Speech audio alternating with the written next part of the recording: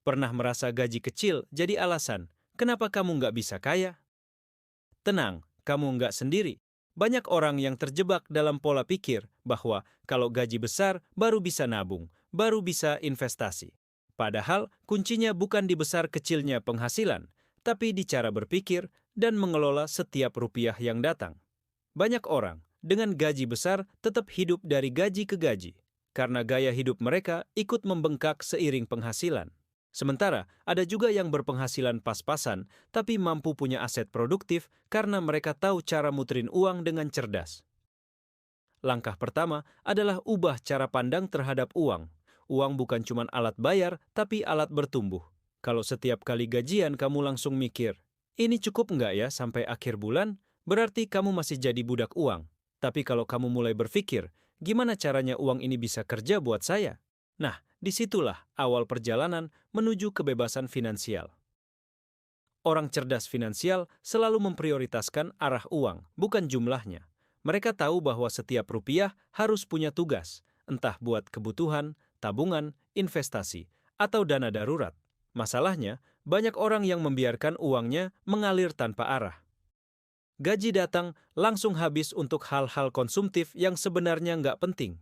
Uang habis duluan sebelum sempat bekerja. Itulah kenapa penting untuk punya financial mindset yang sehat. Lihat uang bukan sebagai sesuatu yang cepat habis, tapi sebagai bibit yang bisa tumbuh kalau ditanam di tempat yang tepat. Bahkan dengan gaji kecil, kamu bisa mulai menciptakan pondasi menuju aset produktif, asalkan kamu disiplin, sabar, dan tahu strategi yang benar. Sebelum kamu bisa muterin uang, kamu harus tahu dulu kemana uangmu pergi. Banyak orang nggak sadar bahwa mereka bocor halus setiap bulan.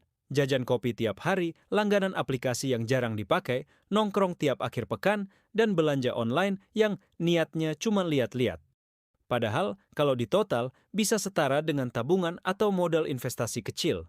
Maka, langkah awalnya sederhana. Sadari arus keuanganmu. Catat semua pengeluaran selama 1 bulan penuh tanpa kecuali.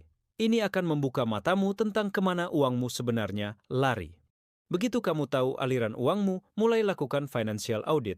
Pisahkan antara kebutuhan dan keinginan. Kebutuhan itu wajib, keinginan itu opsional. Dari situ, kamu bisa mulai menerapkan formula sederhana seperti 50, 30, 20. 50% untuk kebutuhan, 30% untuk keinginan, 20% untuk tabungan dan investasi.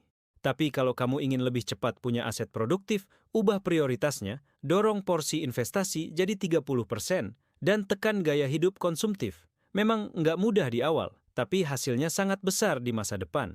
Intinya, jangan tunggu gaji naik baru menabung. Mulailah dari sekarang, sekecil apapun nominalnya. 1.000 per hari pun, kalau konsisten, bisa tumbuh besar dengan waktu dan disiplin. Banyak orang gagal bukan karena tidak mampu, tapi karena menunda. Mereka bilang, nanti kalau gaji naik, baru deh investasi. Tapi waktu berjalan cepat dan nanti itu sering tidak pernah datang. Jadi, mulai sekarang ubah arah arus uangmu. Dari konsumsi ke investasi. Dari pengeluaran yang bikin senang sesaat ke aliran uang yang bikin tenang jangka panjang. Sekarang, mari kita masuk ke intinya. Gimana caranya muterin uang dari gaji kecil jadi mesin uang produktif?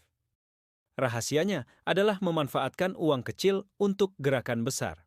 Langkah pertama, pay yourself first. Bayar diri sendiri dulu setiap kali gajian. Begitu uang masuk, langsung sisihkan minimal 10-20% buat investasi atau tabungan produktif. Jangan tunggu sisa, karena kalau nunggu sisa, seringnya nggak akan ada. Setelah itu, buat auto debit ke rekening investasi atau tabungan agar kamu nggak tergoda pakai uang itu buat hal lain. Langkah kedua, gunakan prinsip uang kecil untuk ide besar. Misalnya, dari uang 100.000 per bulan, kamu bisa mulai nabung reksadana, emas digital, atau ikut urunan bisnis kecil. Banyak platform sekarang yang memungkinkan kamu mulai investasi dari nominal kecil, tapi dengan potensi besar. Uangmu bisa tumbuh tanpa harus jadi pengusaha besar dulu. Yang penting, kamu tahu kemana arah uang itu pergi dan apa manfaat jangka panjangnya. Langkah ketiga, ubah kebiasaan boros jadi cash flow positif. Artinya, buat uangmu balik lagi ke kamu dalam bentuk keuntungan. Misalnya, kamu biasa beli kopi tiap hari 25.000. Kalau kamu ganti dengan bikin kopi sendiri di rumah, selisihnya bisa kamu tabung untuk beli mesin kopi kecil. Setelah itu, kamu bisa mulai jual kopi ke teman-teman kantor. Dari yang awalnya cuma penghematan, sekarang jadi sumber pendapatan baru.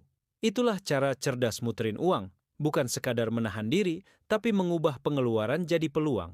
Banyak orang salah paham soal aset. Mereka pikir aset itu cuma rumah, mobil, atau tanah. Padahal aset produktif itu semua hal yang bisa menghasilkan uang, bahkan saat kamu tidur. Bisa berupa bisnis kecil, investasi saham, properti sewa, atau bahkan keahlian yang bisa kamu jual. Jadi, jangan tunggu kaya dulu baru punya aset. Justru punya asetlah yang bikin kamu kaya. Kalau gajimu kecil, mulailah dari aset kecil tapi aktif. Misalnya, investasi di mikrostok, jual jasa freelance, beli alat produksi sederhana, kayak printer, kamera, blender, atau mesin sablon, atau buat konten digital yang bisa dimonetisasi. Semua itu bisa jadi bibit aset yang berkembang. Aset kecil yang dikelola dengan serius bisa jadi pondasi besar. Kuncinya bukan pada modal, tapi pada niat, konsistensi, dan kemampuan melihat peluang. Setelah kamu punya beberapa aset produktif, mulai diversifikasi. Jangan taruh semua telur di satu keranjang. Kalau kamu punya bisnis kecil, alokasikan sebagian keuntungan untuk investasi pasif seperti reksadana atau saham dividen. Dengan begitu, kamu punya dua mesin penghasil uang, satu aktif, satu pasif.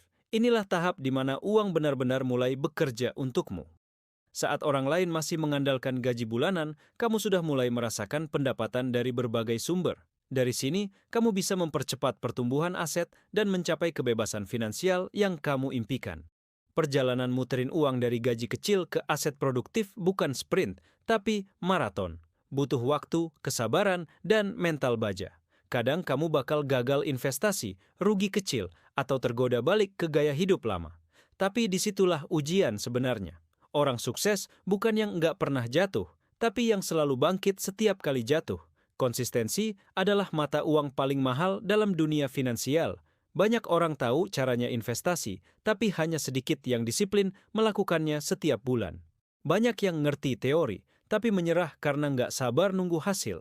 Padahal kekayaan itu hasil dari proses panjang, bukan kejutan semalam. Disiplin kecil yang kamu lakukan hari ini, menabung, mencatat keuangan, menahan keinginan konsumtif, semuanya akan berbuah besar nanti. Dan yang paling penting, jangan bandingkan perjalananmu dengan orang lain.